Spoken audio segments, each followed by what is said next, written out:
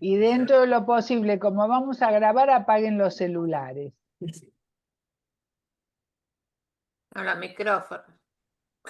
Perdón, los micrófonos. Bueno, te Nos está escuchamos, Susana. votando, Hilda.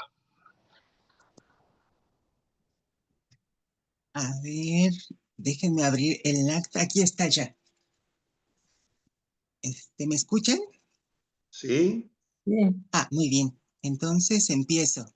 Dice acta Grupo Bion, Posbion, el viernes 27 de junio del 2025.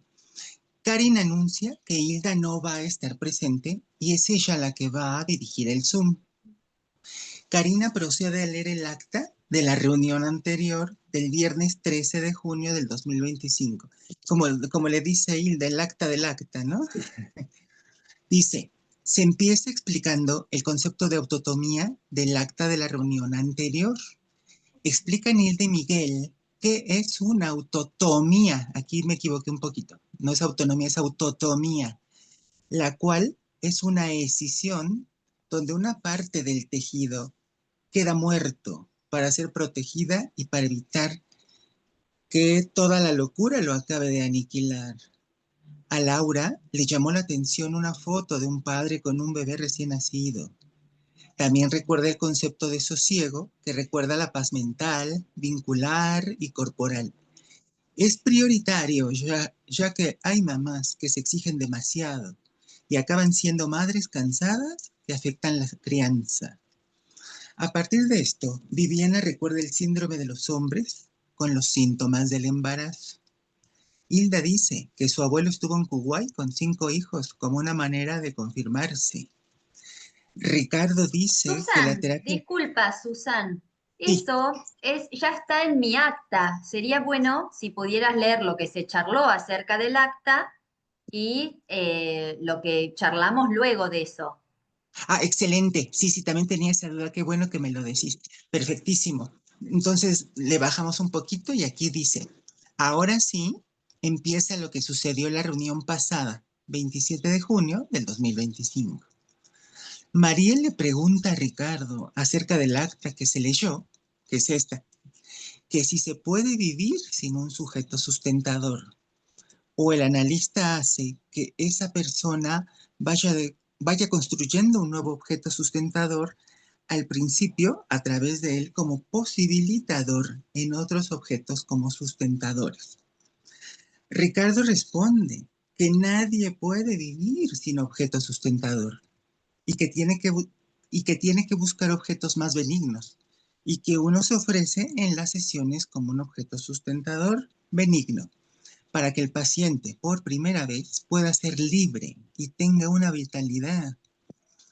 Mariel hace otra pregunta en cuanto a los niños y adolescentes, donde se hace el debilitamiento de los vínculos enloquecedores, ya que es más complicado y hay que trabajar con el padre y la madre para que aflojen ese vínculo. Ricardo dice que el problema con el chico es que cada vez que el chico vuelve a la casa, se ubica otra vez en el lugar donde siempre lo colocaron. Allí, Mariel dice que eso nos da mucha bronca contratransferencialmente.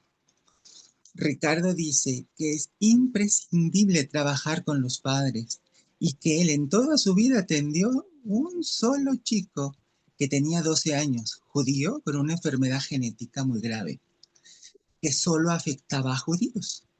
Se le había muerto un hermanito que no conoció con la misma enfermedad sin que se le hubieran hecho el diagnóstico y la mamá, que era médica, se da cuenta de este chico tiene los mismos síntomas que el hermanito que murió. Lloraba sin lágrimas. En su desesperación, la mamá le llama a los médicos norteamericanos que describieron el síndrome. Encuentra a uno, un doctor retirado cuyo discípulo confirma el diagnóstico. El chico se llamaba Lionel, no Leonel, y el chico muerto se llamaba Maximiliano. La mamá a cada rato confundía al chico vivo, Lionel, con el nombre del chico muerto, Maxi. Manuel. Ah, Muchas veces, y Ricardo dice que se hartó y que le dijo, ¿sabe por qué usted le puso Lionel?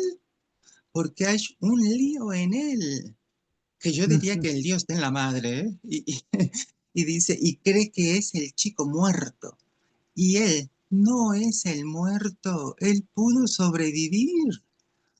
Y fue un shock para la madre la interpretación. Karina dice que hace muchos años una chica que terminaba el secundario le dice que se llama Mayra, pero luego le aclara que se llama Maida, con letra D. Y abordaron el impacto de ver una tumba con casi su nombre. Ricardo dice que es un típico caso de un muerto vivo, que un chico que ocupa el lugar de un muerto. Ricardo retoma lo de Lionel diciendo que la madre resolvió En estas relación a equivocaciones. la intervención de Ricardo, me Sí, evocaba un poco lo que dijo Margaret Little cuando le grita odio a su madre, ¿no? Este, de esa manera encargarse de una parte de la madre, pero hay que hacerlo con la fuerza del grito de Winnicott a Margaret Little, ¿no? Cuando, como cuenta en su diario. Y eso la hizo conectar a Margaret Little con el odio. con el odio que ella sentía que no lo podía expresar. Pues no se escucha muy bien a No, Miguel, ¿no? lo que dice Miguel es que le hace acordar al grito que pegó Winnicott a Margaret Little diciéndole odio a su madre, ¿no? Y que le permitió a creo yo, a Margaret Little le permitió conectarse con el odio hacia su propia madre, porque Margaret Little estaba en un brote psicótico, digamos, cuando vuelve con Winnicott, ¿no? Se pudo conectar con ese odio que ella no podía expresar y que lo expresa Winnicott, ¿no? Ahora yo siempre pregunto, ¿estos chicos no tienen padre? ¿Son por vía divina, tipo la Virgen María, sin pecado concebidos, o hay un padre? O hay un padre como San José que está de foto en la estampita, ¿no? Por eso pregunto, ¿no? Mm, sí, ok, y bueno, entonces, porque ok. muchas veces el lío de la madre, si hay un padre presente, lo puede dilucidar también, ¿no? Digo yo, si yo siempre traigo esa parte. Sí, Me te Bueno, escuchamos. encantó, perdón, me encantó lo de Miguel del padre como San José, como estampita para la foto. Está Está buenísimo, genial, está porque es buenísimo, el padre que no la pone, digamos, ¿no? Como exactamente. en todo sentido. Está Me muy bien esa encantó, imagen, Miguel. Miguel. Está buenísimo. Es una perla esa imagen. Buenísimo. El- claro, el de la estampita, sí, sí. Las madres como si tuvieran por vía propia, sin pecado, y el padre la estampita. Está buenísimo. Bueno, esta es la estampita que traemos, estamos tratando de modificarla, ¿no? Te escuchamos, Susana. Muy sí. buen laburo el tuyo, muy buen trabajo. Ay, gracias, gracias, qué linda. Pero fíjate que yo también pienso que si el padre fuera cómplice de la madre, pobre chico, ¿no? O sea, que Ah, estuvieran en sí. la locura a dos, ¿no? Entonces ahí no habría ninguna terceridad, y pobre, que también ahorita estaría bueno que nos diga Miguel dónde están los padres de estos chicos, efectivamente, dónde Pero ahora quedaron. seguimos con el acta, Sí, sigamos con el acta. muy bien, perfecto. Dice, Ricardo retoma lo de Lionel diciendo que la madre resolvió esas equivocaciones diciéndole, doctor, ya resolví la situación. Puse una foto de Maximiliano en un lugar de la casa y cuando quiero hablar con él, platico con la foto. Y nunca más volvió a confundir al chico con el otro. Susan, Mm, yo, dice, ahí empezó a hacer el duelo por el hijo perdido. Ricardo dice exactamente y agrega que cuando no hay ninguna foto en la casa del muerto, el muerto está vivo. Y cuando aparece la foto del muerto, quiere decir que allí se elaboró el duelo. Qué bueno. Mirta dice que tiene un amigo que él nació exactamente al año que murió su hermana de una neumonía. En la misma fecha estaba el aniversario de la nena muerta y el cumpleaños de él. Y él padece de frío porque la madre siempre lo arropó para evitar la enfermedad. Dice que es gay y Ricardo dice que ahí está la identificación con la hermana. Y Mirta dice que la madre lo miraba como una nena que sustituía a la otra nena, la muerta. Mirta agrega que ella lo piensa, pero que no lo ha hablado. Y Ricardo dice que es muy probable que así sea. Valeria retoma la pregunta de Mariel. Se preguntó por qué era peligroso quedar en la orfandad si se perdía el objeto sustentador. Y ella se contestó a sí misma diciendo que para la salud mental es deseable elaborar un duelo para quedar tranquilo. Ricardo dice que en la práctica todos funcionamos con objetos sustentadores. Y Ricardo le pone como ejemplo a Valeria que si le faltan a ella 2 pacientes en el consultorio y él le dice, bueno Valeria, pero vamos a comer una torta y entonces te vas a poner de buen humor. ¿Quién te está diciendo esto? Tu objeto sustentador benigno, el cual es necesario e imprescindible. Lo malo es cuando los pacientes tienen objetos enloquecedores que son inductores de aniquilación, ya que aniquila diferentes sectores. Por ejemplo, el paciente que no puede trabajar, tener amigos, tener pareja, que no puede tener hijos, que no puede tener sexo. Y Valeria replica, si se muere, si lo mato, se murió. El neurótico queda con rumiamiento y entonces me quedo con lo bueno y tiro lo malo, ¿no? Como diciendo, ya está. Y Ricardo responde que no es tan fácil, porque la culpa inconsciente de haber deseado tantas veces que se muriera ese sustentador termina generando castigo. Eso lo describió Dostoyevsky en Crimen y Castigo.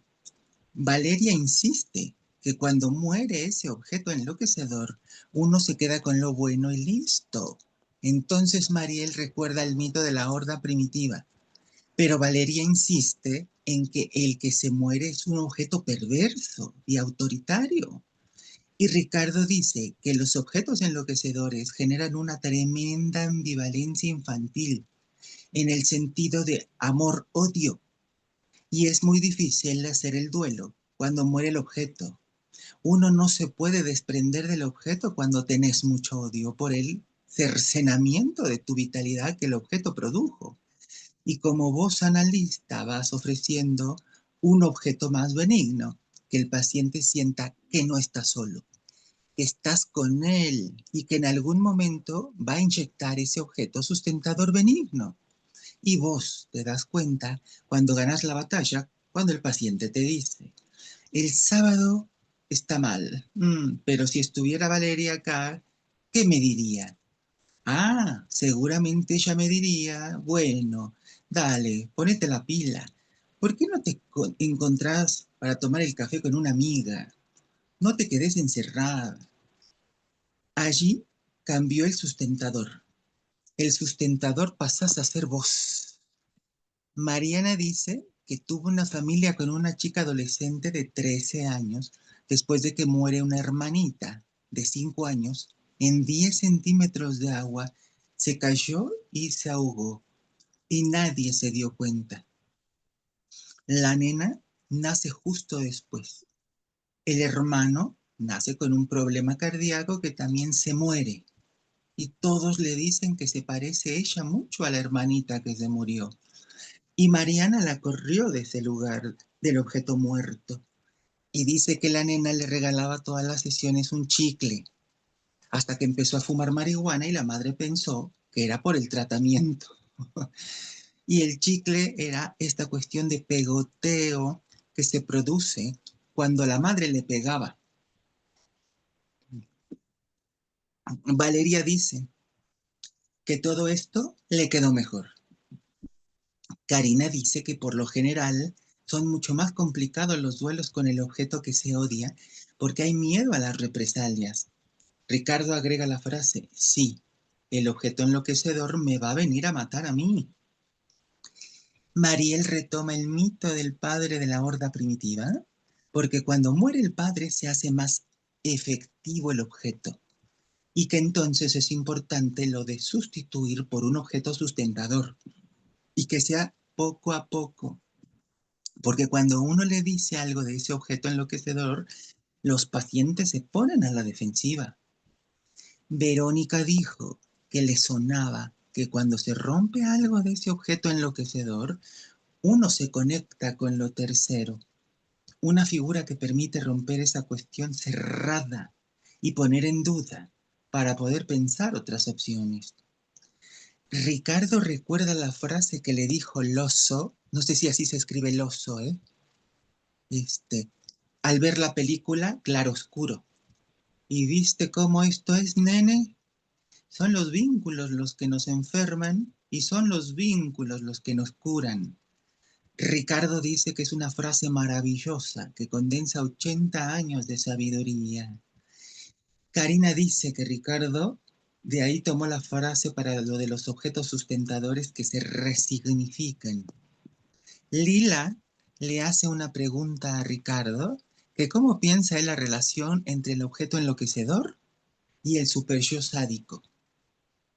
Ricardo agrega que efectivamente el objeto enloquecedor queda introyectado en el sujeto, en el super-yo sádico, porque hubo un vínculo sádico con el objeto y queda dentro de la persona y ataca sus logros, y la manera que tiene la persona de atenuar el ataque es bajar la llama de su propia vitalidad. Y que el ejemplo de esto es el cuento de Blancanieves. La madrastra no soporta que Blancanieves sea más linda que ella y la quiere matar. El leñador la deja viva, pero Blancanieves se va a vivir con los enanitos, haciendo una regresión infantil, ya que apaga la llama de su vitalidad adolescente y de su belleza femenina. Y luego la madre la mata con la manzana envenenada y entra en un sopor en años hasta que aparece su novio, el príncipe, que la despierta de nuevo a la vida. Y Ricardo continúa diciendo que cuando hay un objeto sádico enloquecedor, vas inmolando tus partes a lo mínimo que el padre tolera. Es lo que Freud hablaba de las inhibiciones. Y a veces las inhibiciones son tantas y el objeto tan sádico que la persona queda sumida en una existencia que tiene que ver con la retracción autista de los pacientes esquizoides, donde aparece un falso self que se adapta al vínculo enloquecedor y un self oculto que conserva una pequeña llamita de vitalidad cerrado, como en una coraza autista. Estos son los pacientes que cuando llegan a la juventud y cuando quieren ser, ahí hace el brote psicótico. Susan le pregunta a Ricardo que él específicamente cómo ha debilitado los vínculos con sus propios pacientes. Y Ricardo responde que le parece que es esto que dice Mariel, mostrándoles que se puede resolver el mismo problema de otra manera, sin sacrificar partes esenciales del sí mismo. Y agrega Ricardo que ese concepto de autotomía, es con T, perdón, autotomía de Ferenczi, Ferber y Rado, los tres en esa misma época dicen algo parecido, y el trabajo para entender esto es duelo y melancolía, porque ellos dicen que si el objeto hostil es introyectado, pasa a formar parte de esa sombra del objeto que cae sobre el yo. Pero necesariamente, dice Rado, se produce una escisión del yo, y luego lo toma Ferber para decir que toda condición originaria del yo hay una escisión. Susan agrega que es como un cáncer psicológico. Y Ricardo dice que es una escisión universal, porque todos tenemos un objeto hostil, ya que por más que hayamos tenido una mamá buena, en algún momento no nos contuvo. Mariana dice que le gustó el ejemplo de Blancanieves como metáfora, Y dice que en el cuento de la Bella Durmiente, cuando este es una bebé, se aparece una bruja y que cuando ella tenga 15 años y que sea bonita y hermosa, tiene que tocar la rueca para pincharse un dedo y morir. Y solo a través del amor sale adelante, aunque al menos aquí hay una mamá de verdad, ¿no? La reina. Y Ricardo dice que allí la mamá está desdoblada, una en la madre y otra en la madrastra. Karin dice, madre buena y madre mala. Valeria pregunta que por qué dice una inhibición en vez de un pasaje a la acción. Ricardo responde que la inhibición queda porque el chico dice, cada vez que mi mamá percibe mi vitalidad, me ataca con más virulencia. Como el ejemplo que pone que un chico que cuando el padre regresa le trae unos autitos, pero a la mamá no le trae nada. Y entonces la mamá le saca los autitos, se los tira al piso y los rompe. Y dice Ricardo que entonces no tengo que mostrar que soy feliz, porque si soy feliz, vienen y me rompen los autitos. Y se baja la llama de la vitalidad. Es llama, la llama de la vitalidad, para bajar la intensidad del ataque esperado, y hay pacientes que bajan demasiado la llama de la vitalidad y quedan en una situación inexistente. Sobrevive a duras penas, siempre en pugna por no ser descubierto, porque tiene la fantasía de que lo van a matar si es descubierto. Valeria agrega que les pasa como en el libro de Los que fracasan al triunfar, donde les queda una pulsión de muerte adentro. Y Ricardo dice que para Ferber no existe la pulsión de muerte biológica, que dice Freud, sino que la pulsión de muerte es cuando la agresión no se pudo descargar con el objeto y se vuelca contra sí mismo. Y Ricardo agrega que si yo tengo una madre loca que me ataca dentro de mí, tengo introyectada una parte loca que me ataca. Y esa mamá loca que me ataca vuelca su violencia contra mí. Es ser atacado desde adentro por ese objeto introyectado. Continúa Ricardo diciendo, el paciente puede alternar entre verte como el padre loco que lo ataca a él, o en otros momentos ser el mismo el padre loco que te ataca a vos. Y es allí donde vos debilitas el vínculo con el objeto enloquecedor. Y allí le dices, usted cree que yo me voy a enojar por lo que usted hace, como su papá se enoja, pero yo no me voy a enojar. A mí no me pone mal que usted tenga éxitos. A mí me alegra mucho que usted le vaya muy bien en el colegio o en la carrera o que tenga novia. Yo no soy como su papá que envidiaba que usted fuera feliz. Y es ahí donde vos te corres de la identificación proyectiva. Mirta dice que cuando un chico va creciendo, introyecta las proyecciones del objeto enloquecedor, se genera un self falso y hay una sobreadaptación que cuida el verdadero self. Mirta detecta este verdadero self a través del juego y ahí sale la violencia, la agresión y la bronca que estaban adentro. Mariana agrega que cuando los padres no ponen límites ni normas, el chico se arma con un objeto enloquecedor súper exigente. Mariel dice que el objeto enloquecedor que más le ha impactado ha sido la madre de un niño que no era ni psicótico ni autista, sino lo que Ricardo diría que es un bipolar y un trastorno narcisista no psicótico con agresividad que estalla y que ahora sería diagnosticado con ADD. Ricardo advierte que como el trastorno bipolar es hereditario, lo puede heredar el hijo de la madre y la mitad de los chicos que se diagnostican con déficit de atención e hiperactividad son chicos bipolares. Mirta dice que la semana pasada presentaron en el foro de APA el llamado trastorno de atención e hiperactividad y que al chico que vino con ese diagnóstico lo quieren medicar y la madre no acepta y llama a Mirta quien detecta que no hay un tal trastorno, sino que la atención está puesta en otro lado, en ese caso, un problema familiar muy serio, que se vio a través del juego.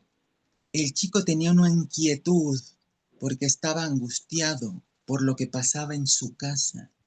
Y cuando se trabaja con la familia, se resuelve el tema.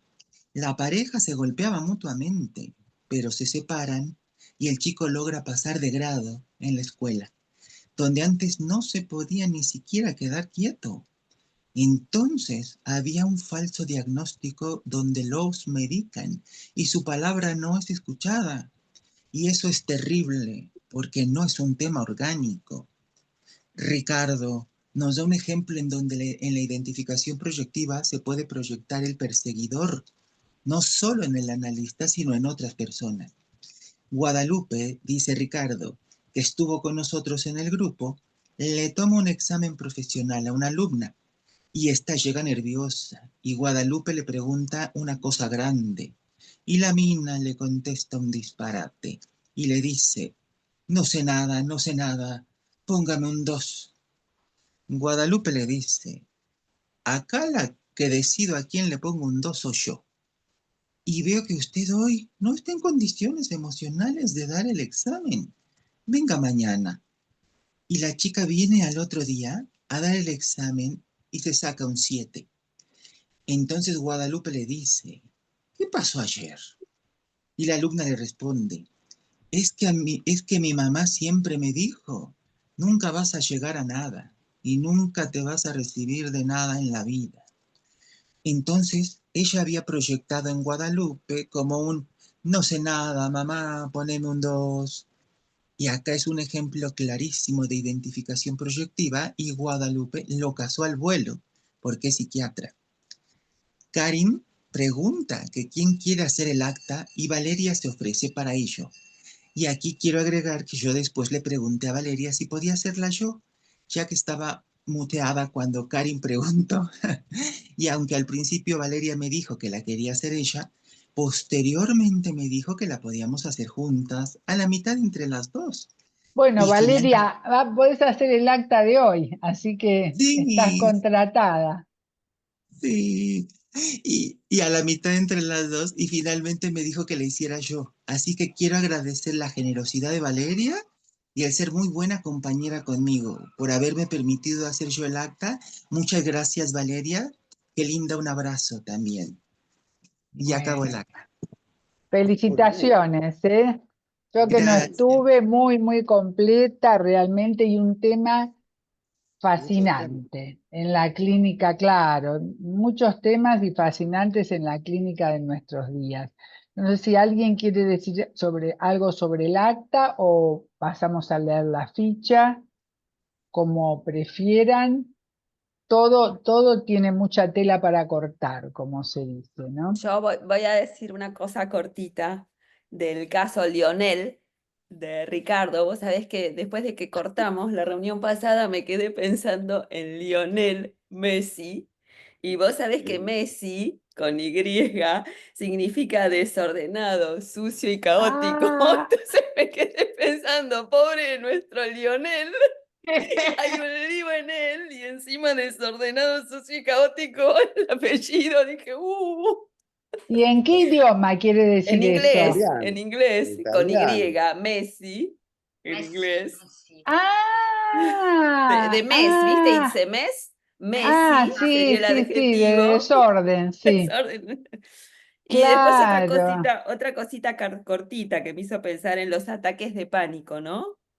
Que yo creo en los ataques de pánico que principalmente que no hay registro, no hay angustia No. señal, no hay registro y después algo se desencadena, ¿no? Entonces pienso con estos pacientes como en apuntar a ayudar a que construyan registro y que cuando hay registro y hay objeto sustentador, ese que le decía Valeria, no te preocupes, no vino el paciente, comete una torta, ¿no? Que se puede autorregular y puede recobrar como el sosiego. Estaba Ujú, pensando ujú. en eso. Seguro que es la función continente de Bion, la Y función proyectar. Claro, la reverí como factor de la función alfa que puede transformar una impresión de los sentidos en una experiencia emocional, ya se te va a pasar, vas a poder, etcétera.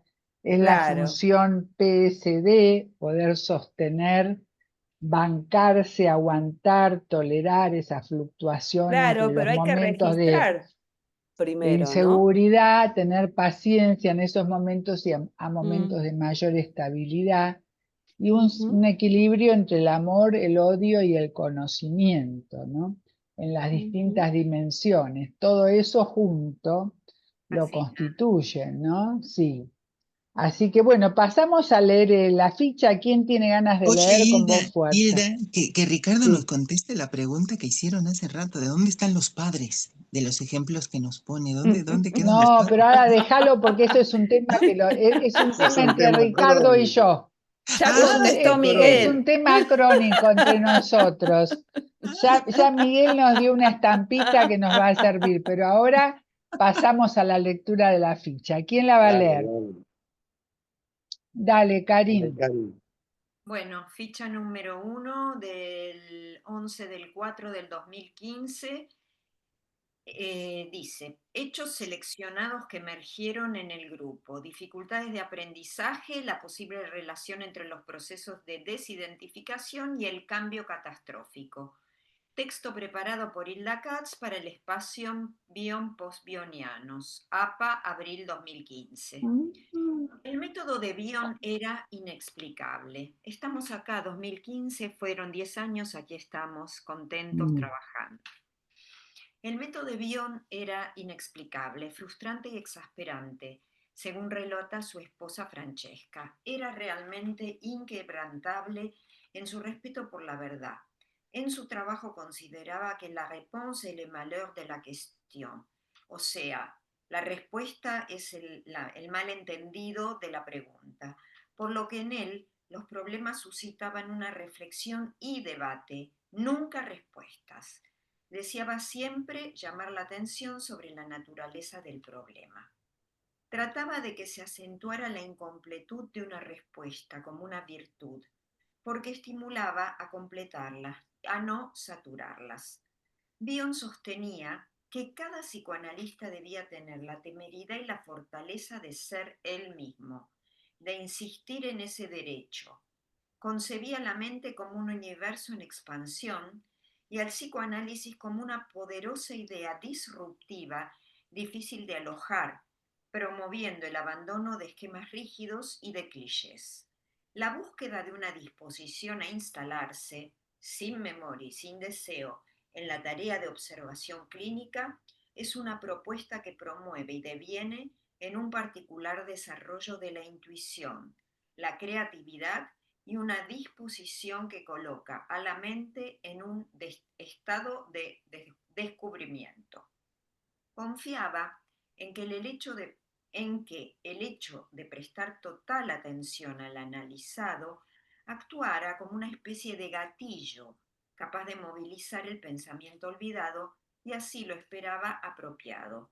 Una ensoñación. Embarcarse en cada sesión con la mente libre y sin preconcepciones obturantes para que la observación rinda al máximo y la evolución o intuición se desarrolle. Con la intuición trataba de penetrar más profundamente en la realidad última del sujeto, donde Bion hablaba del attunement, que representaba un momento de unidad con el otro como uno solo y podría considerarse como una variante de la empatía, pero más compleja.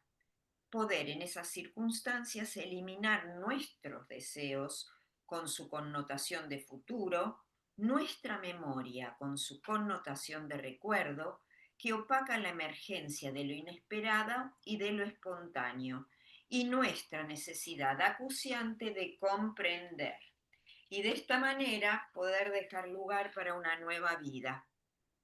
Tratar de captar ese algo más que tiene que ver con la experiencia emocional matricial. Sostener así la posibilidad de un diálogo fecundo en cosechar experiencias emocionales y no bloquearlo mediante el autoritarismo de la certidumbre. Al adentrarnos en las ideas de Bion, nos encontramos con que la cantidad de evidencia que se obtiene en el contacto con el paciente desde el método propuesto impone tolerar la permanente oscilación de la posición esquizoparanoide a la depresiva o de la paciencia a la seguridad, de la dispersión a la integridad, lo que Bion denomina la oscilación PSD. El pensar es un desarrollo impuesto a la psiquis por la presión de los pensamientos y no al revés, 1962. Decía que son los pensamientos los que urgían a la psiquis a hacer algo con ellos. Su teoría del pensar fue extraída primordialmente de un trasfondo de experiencias emocionales, así como, por el contrario, la dificultad para articular los pensamientos la relacionaba con el evitar articularlos entre sí, porque implicaba entrar en contacto con vivencias dolorosas, ya sea depresivas y o persecutorias. Partiendo de que el pensamiento es el encuentro con una experiencia negativa a la que hay que darle forma, contenerla, armarle un continente para poder tolerarla y transformarla en lo que podría denominarse una frustración modificada, implicaba un inevitable pasaje por la angustia, ya sea para modificarla y aprender de la experiencia, o para evitarla y atacar la posibilidad de aprender de la experiencia.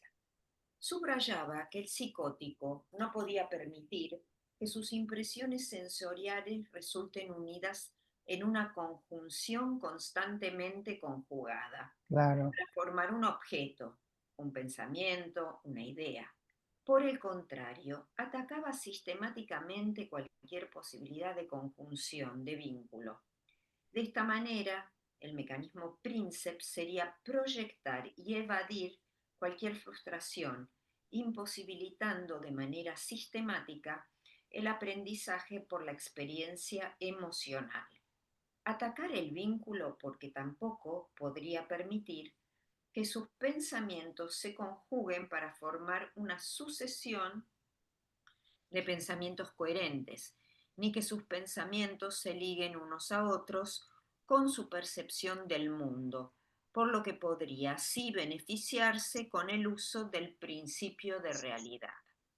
Los ataques a la ligazón son permanentes, convierten toda unión en una especie de presencia de una ausencia, de un terror sin nombre, frente al sentimiento de exclusión de lo que resulte de la unión que observamos frecuentemente en la clínica de la psicosis o de los aspectos psicóticos de la personalidad. La intolerancia se instaura como núcleo fuerte y condiciona que no pueda soportarse ni siquiera las experiencias positivas, ya que quedan ligadas a la frustración y movilizan el afán de destruirlas por la identificación proyectiva masiva. Es el punto de partida de la esquizofrenia, donde no solo hay retiro de catexis de las representaciones, sino una aniquilación del objeto, de la memoria, del juicio, de la notación, de la atención, del tiempo, del espacio, es decir, del aparato para pensar los pensamientos. Ya que para Bion, partiendo de Freud, un pensamiento es la conjunción de una preconcepción con una frustración. Sí. Bion hace depender la capacidad de tener conciencia de sí mismo de las vicisitudes estructurantes del primigenio vínculo mamá-bebé. Según lo indican sus hipótesis, la cesura del nacimiento, Bion 1977, representa un recorte en la continuidad del vínculo intrauterino mamá-bebé que genera la puesta en marcha de múltiples mecanismos mentales de diferenciación, donde la capacidad de producir elementos alfa es uno de los más singulares y trascendentes. Los elementos, dice alfa, alfa, sí, sí. alfa, los elementos alfa resultantes de la función alfa materna que procesan las experiencias emocionales van a intervenir en la formación del pensamiento inconsciente de vigilia, los pensamientos oníricos, la constitución de la memoria y por lo tanto la noción de tiempo y de espacio. Son como articuladores entre la mente y los hechos. Unen elementos dispersos formando conjunciones constantes, precipitados súbitos que nominan el terror sin nombre, conjuntos de hechos previamente dispersos y permitirían de esta manera acceder a lo que Bion denominó el hecho seleccionado, resultado de una conjunción constante de elementos constantemente conjugados entre sí, de los cuales emerge. La teoría de los elementos alfa de Bion, 1962, describiría así un proceso mental derivado del efecto simbolizante de la identificación introyectiva. Cuando la experiencia de frustración ha ocurrido, la generación de elementos alfa testimonia que se ha que se hecho puede pensable el pensar. dolor mental nacido de dicha frustración, ya que el elemento alfa es la unidad de pensamiento que produce la parte no psicótica de la mente. Decía que la presión de los pensamientos promueve la creación del aparato para pensarlos, por lo que remarcaba que hay patologías que tienen que ver con los pensamientos, las neurosis, y que hay patologías que tienen que ver con el aparato para pensar los pensamientos, la psicosis. Estas últimas aparecen cuando no se pudo constituir el aparato para pensar los pensamientos por un déficit de la función alfa materna, que no pudo procesar el terror sin nombre en elementos alfa que le permitiera ir formando al bebé la conciencia de sí mismo como cosecha de sensaciones que va a conformar su aparato para pensar los pensamientos. Cuando la función reverí materna no fue ejercida en forma adecuada, será la función reverí del analista la que podrá hacerse cargo de completar una evolución potencial abortada. Los pacientes severamente perturbados que han construido un complejo sistema de defensas narcisistas permanentemente reactivan en la transferencia los abortos psíquicos y mentales que han padecido en el curso de la vida. La noción de tiempo en el niño es la espera entre una experiencia de satisfacción y la otra, que puede calcularse luego cuando el niño es más grande, matemáticamente, si lo queremos asociar a las dificultades de conocimiento y aprendizaje. Y un dolor muy grande o una espera interminable pueden aniquilar transitoria o definitivamente esa posibilidad, Claro. destruyendo la percepción dolorosa de la ausencia, atacando el aparato para pensar los pensamientos. Los pacientes con trastornos serios de su pensamiento tienen su función alfa deteriorada y por lo tanto se producen elementos beta que los impulsan a las actuaciones y al pensamiento concreto por fracaso de su capacidad de simbolización y por lo tanto, de acuerdo a lo presentado, son la vía facilitadora para la evasión, las fallas de atención y memoria y, por supuesto, las dificultades de aprendizaje. Como dice Granell, que una persona paralizada en una grave crisis de cambio inconsciente puede llegar a tener una necesidad psicótica de destruir las representaciones asociadas con sus contenidos de cambio irrealizable. Y aquí se podría asociar con la imposibilidad de producir un cambio catastrófico, o sea, un cambio en el sentido de la evolución, y aparecería, por el contrario, una Una cata. catástrofe. Pensar es establecer relaciones, soportar los vínculos, vincular, es establecer una razón entre lo conocido y lo desconocido, lo consciente y lo inconsciente, la conjunción constante lograda y su cualidad negativa, lo que no se ve pero se intuye, lo desconocido del objeto y soportar la inquietante presencia del enigma, lo que Bion llamaba la capacidad negativa. Sí, Insistía Bion especialmente en que el intentar conocer algo implica un sentimiento doloroso ligado a una frustración primordial que es inherente a la experiencia emocional misma del conocimiento, y explicaba además cómo, de acuerdo con la capacidad de la personalidad para tolerar la frustración, se trataba de evadir o de modificar dicho dolor. Puede observarse así en la evasión de la angustia la pérdida de la noción de tiempo en situaciones de dolor, carencia o duelo, que a su vez aniquilan la noción de espacio. En tanto, cuando se trata de modificar la angustia, todo estaría intrínsecamente ligado a la capacidad para tolerar la frustración, la incertidumbre y la espera, en tanto espacios no accidentales, embebidos por la noción de tiempo, manteniendo insaturados los conceptos como vía privilegiada para el crecimiento mental y la salud psíquica.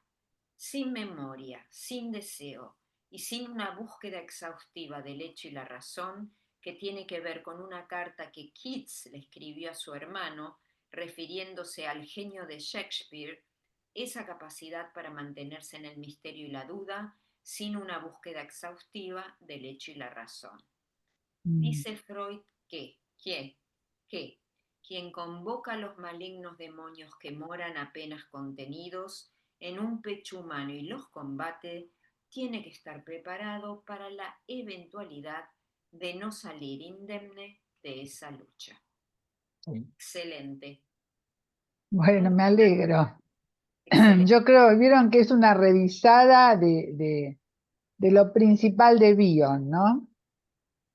Bueno, ahora nos escuchamos. Mira, perdón, y una cosa, ¿y cómo condice con nuestra clínica actual? Yo leía y tenía presente una paciente gravísima, gravísima que recibí, que es tal cual todo. Mm, Es más, hasta me resonaba el tema del tiempo, la no espera. Bueno, no, claro. la película que todavía no vi, la de las 3 horas, la de Misión Imposible. Ah, Ya, Just Do It Now. sí, el tema del tiempo es un diagnóstico el tiempo. La persona que no puede esperar, ¿no? Y que no tolera, no tolera la espera o no tolera la frustración de la espera, digamos, ¿no? Es un índice diagnóstico que no falla, ¿no? Tiene que ver con la falta de un mundo interno, podríamos sumarle lo que dice Ricardo, ¿no? Del objeto sustentador. No puede sustentarse, tiene que pasar de una cosa a otra, una cosa a otra, una cosa a otra. No se puede detener en nada por angustia, porque detenerse significa una pausa. La pausa significa pensar. Pensar significa angustiarte, porque el pensamiento te ayuda, pero también está ligado a la angustia, porque es el pensamiento de una ausencia. Así se constituye el pensamiento también desde Freud cuando habla de la realización alucinatoria de deseos. El pecho no está y el bebé se sonríe. Entonces ya va introyectando un objeto. Hay una que se sonríe acá por su nietito recién nacido. Entonces, ¿y qué sucede? Cuando uno tiene un pensamiento, por ahí se liga a otro pensamiento y por ahí surge una idea. Claro. Y Hilda, por ¿te ahí puedo? esa idea, no, sí, ya termino. Esa idea se une a otra idea de otra persona y se origina una correlación, que es, por ejemplo, lo que dijo recién Karin, lo que va a decir ahora Patricia. De esa correlación, les digo porque estoy siguiendo el capítulo Sí. de Bion, ¿no? De esa correlación surge una necesidad de comunicarla, como nos pasa a nosotros cuando llevamos, y de publicarla cuando llevamos a un simposio, a un congreso, lo que trabajamos acá. Y todo eso se vive como peligroso. ¿Por qué? Porque se necesita paciencia, se necesita tolerar el tiempo propio, el tiempo del otro.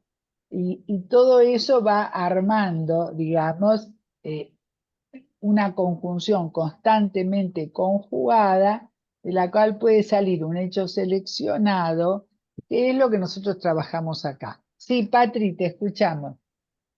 No, la verdad que te felicito por la síntesis y la claridad la verdad, de temas tan profundos, porque son muy complejos. La verdad, el pensamiento de Bion es muy complejo.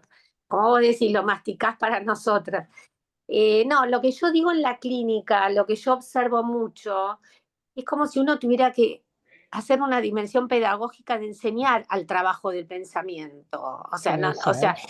porque a veces yo lo que veo es que, o sea, hay angustia y por ahí aparecen estas situaciones de frustración, pero no se sabe armar, cómo armar el trabajo del pensamiento.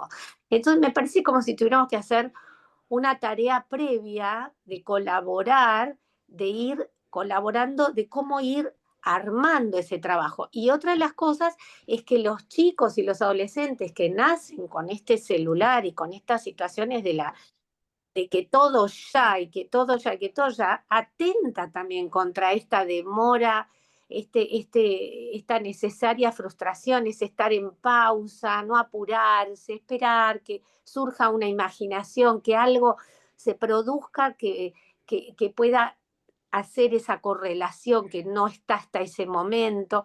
Pero no hay paciencia, yo creo que también por esta situación, no sé, quería traer esto porque yo veo esas dos Sí, es situaciones. el tema, porque el tema está en adulticidio, yo hablo del Claro, just do it. Hacelo ya quiere decir no pienses, next, next, next, claro.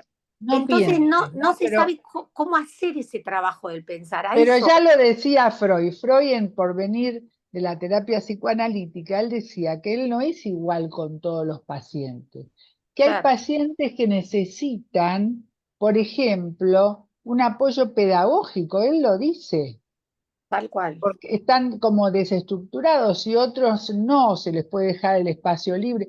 Freud ahí habla del futuro del porvenir de la terapia psicoanalítica, invitando justamente a una mayor plasticidad y saber que uno no es igual con todos los pacientes y no puedes Claro. quedarte mudo, viste, como eran los 80, bueno, lo escucho. Y el otro está todo derretido de angustia y no sabe por Tal dónde cual. agarrar, ¿no? Y el otro dice, y lo escucho, ¿no? Hasta la próxima, terminamos acá. Eso se acabó, porque tenemos esto que trae Patricia, que de pronto, para poder sentir, digamos, la gratificación que produce acceder a un pensamiento que nos permita esperar, porque uno espera cuando piensa, si no tiene nada en la cabeza, ¿con qué hace? Tiene vacío. Entonces, el pensamiento permite esperar. Es decir, si no está dado ese proceso en la reverie materna, y acá coincido con Ricardo, que es la reverie materna, pero también Ricardo dice que yo hablo de la reverie paterna, lo cual es cierto, ¿no? La reverie paterna para que la reverie materna se pueda realizar. Y que pueda producir un pensamiento para tolerar la espera, porque el pensamiento surge ante la ausencia. Yo me acuerdo de una paciente que cuando era chica me contó que ella tenía calculado que cuando la madre se iba de compras, caminaba 3 cuadras, conocía el barrio, ella calculaba los pasos, de ir, cuánto le iba a llevar en el almacén, la carnicería, etcétera, y después calculaba la vuelta. Y entonces ahí tenemos cómo Bion relaciona también en el pensamiento el tema de las matemáticas. Esta mujer es una gran matemática. Entonces su mayor felicidad era que sentir la llave que se abría cuando ella había calculado perfecto los pasos que iba a tener a ser la madre en su ida y en su vuelta. Y acá tienen un ejemplo maravilloso, ¿no? De cómo el pensamiento ayuda a tolerar la espera, ¿no? El Claro. poder pensar, el armar algún tipo de modelo que permita tolerar la espera, tolerar la angustia, tolerar la falta de frustración.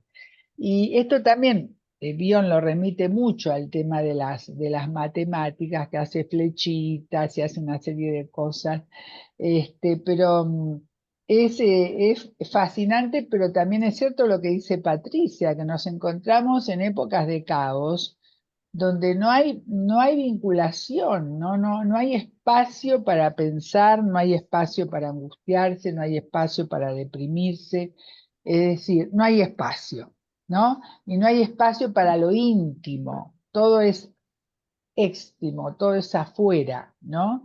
Y esto es cierto, y eso, entonces no hay espacio para la constitución de los vínculos, como decía Ricardo, decía Alonso, los vínculos nos enferman, los vínculos nos curan, pero ellos necesitan un espacio y esa es nuestra tarea. Y ahora nos encontramos que hay un ataque permanente al vínculo.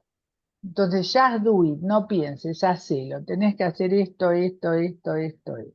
Y si de repente, como contaba Susana en esto de Japón, que yo creí que era mentira, si tenés una excitación, bueno, comprate, si tenés plata, mejor, más mojadito de sangre, menos mojadito de sangre, ¿no? El tampón para excitarte y no molestar a nadie. O sea que es brava el planteo, ¿no? El planteo y el extremo de ese planteo. Pero hay un ataque persistente a los vínculos, con lo cual yo creo que no es casual que haya cada vez mayor cantidad de índice de retracción autista, ¿no? Es decir, yo pienso que no es casualidad, que tiene que ver con esto que trae Patricia, que Y vemos. Valeria quiere hablar, dice. Valeria, te escuchamos, dale. Les comparto un ejemplo. La semana pasada tengo una paciente que tiene un hermano y en el negocio donde están trabajando, mi paciente con el papá, ella le encarga al hermano unos chipás. Entonces el hermano se retrasa y finalmente no se los lleva. Los compra y se los termina llevando a la casa. Ella se perdió el desayuno, se había privado de comer otra cosa y estaba hambrienta y frustrada. Estaba enojada y, y vino a la consulta con una ira tremenda. Y yo estoy pensando ahora, la frustración de que el hermano no le dio lo que quería más el hambre. Como que se juntaron en ella dos situaciones. El Y hambre y las ganas de comer. sí. Entonces, acá en la consulta, yo le dije, mira, le di como muchas alternativas para pensar en que si sabe que ella cuando tiene hambre se pone de mal humor, que pueda prever esa situación. Entonces, yo pienso, todo mi trabajo nada, era sencillo para mí encontrar alternativas para resolver. Pero en ese estado ella no veía nada y estaba súper enojada. Era Ajá. desmedido el enojo. Ujú. Entonces, bueno, pienso desde el lugar de la reverie, desde poner palabras, función alfa. Hay que ver, esta paciente sí podía escuchar las alternativas o ideas para desayunar antes, para adelantarse y prevenir esas situaciones. De no llegar a tanto hambre, de no esperar, de que se hubiese comprado una barrita. Habían alternativas. Pero por ahí, Valeria, Valeria, no tendrá que ver con... perdón. Ah, pero A mí me parece que lo que hay que ver ahí es a qué la remite eso, esa Claro. situación a ella. Algo No le pasa con tratar el como de hermano. armarle que tenga un alfajorcito para esos casos, sino ver a qué la remite, por qué se pone tan mal, con qué Hermano menor. asocia. Estaba desmedidamente enojada porque ella había ido a buscarlo al colegio y ella siente que es un desagradecido el chico, el Bueno, hermano. seguir por ahí, Sí, pero desagradecido. lo que les quiero mostrar es eh, que la palabra poder no es la alternativa del desayuno, no era eso. Era calmar el enojo y la ira que tenía.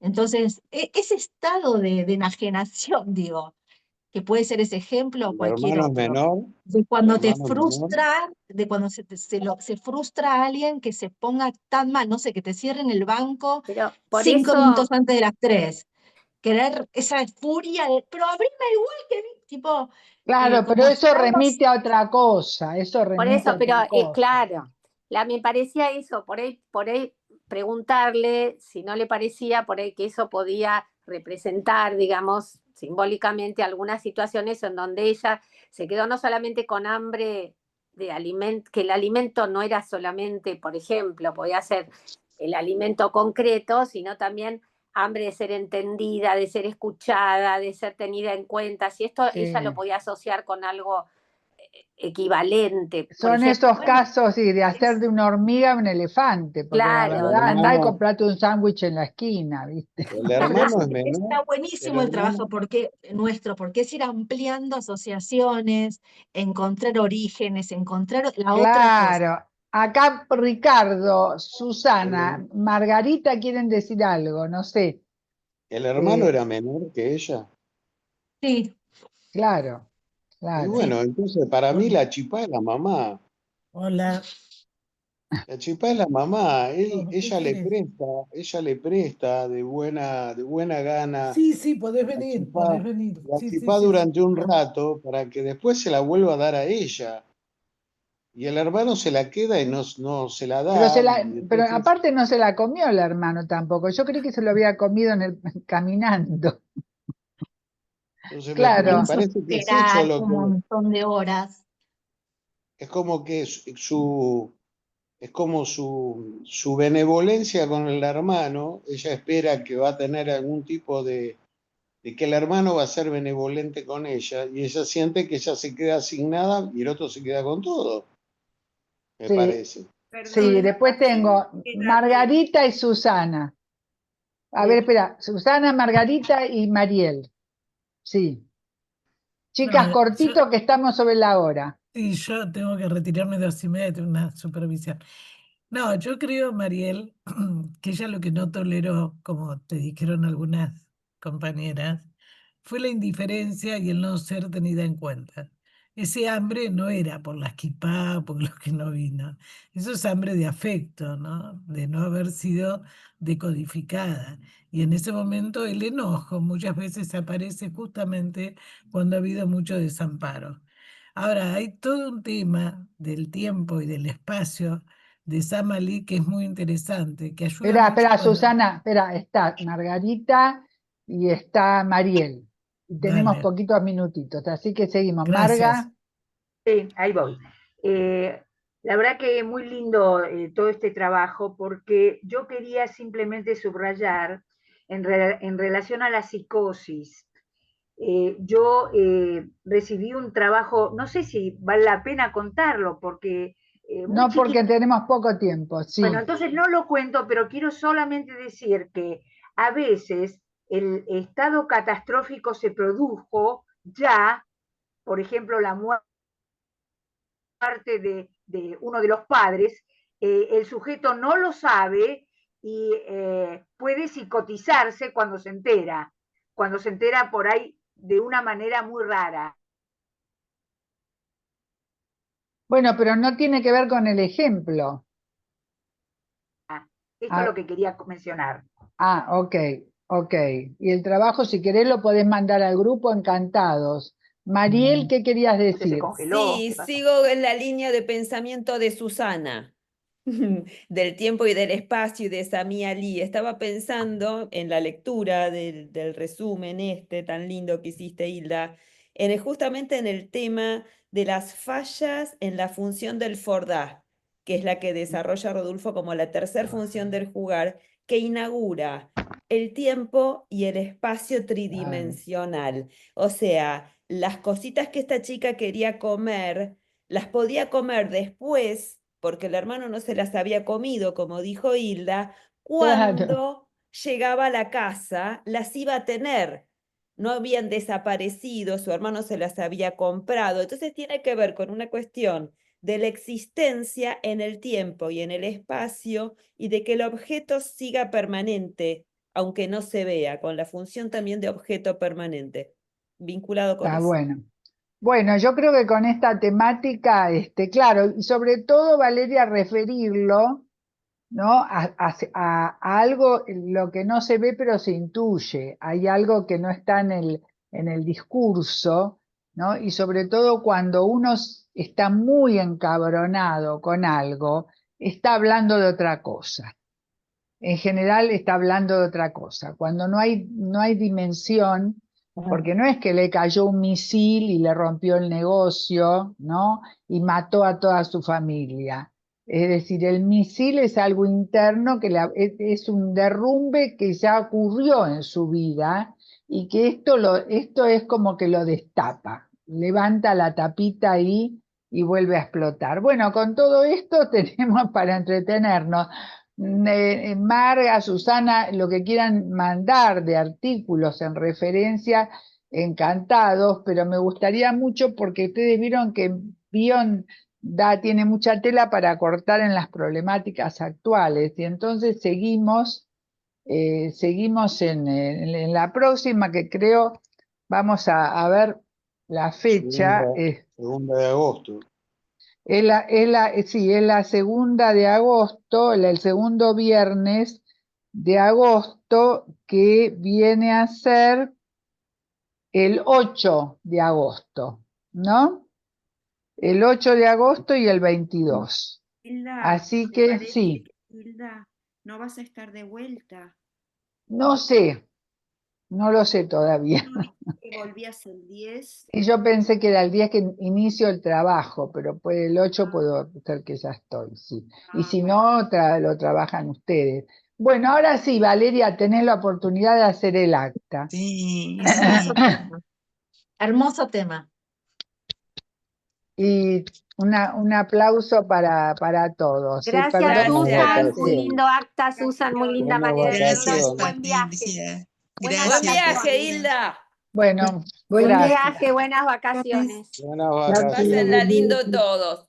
Y voy al Congreso también, así que le voy a traer bueno. algunas informaciones. Chao, chao. Presento ahí 2 paneles. Ya Sí. les contaré sobre violencia. Bueno, hasta la vuelta, cuídense mucho y tengan lindas vacaciones de invierno.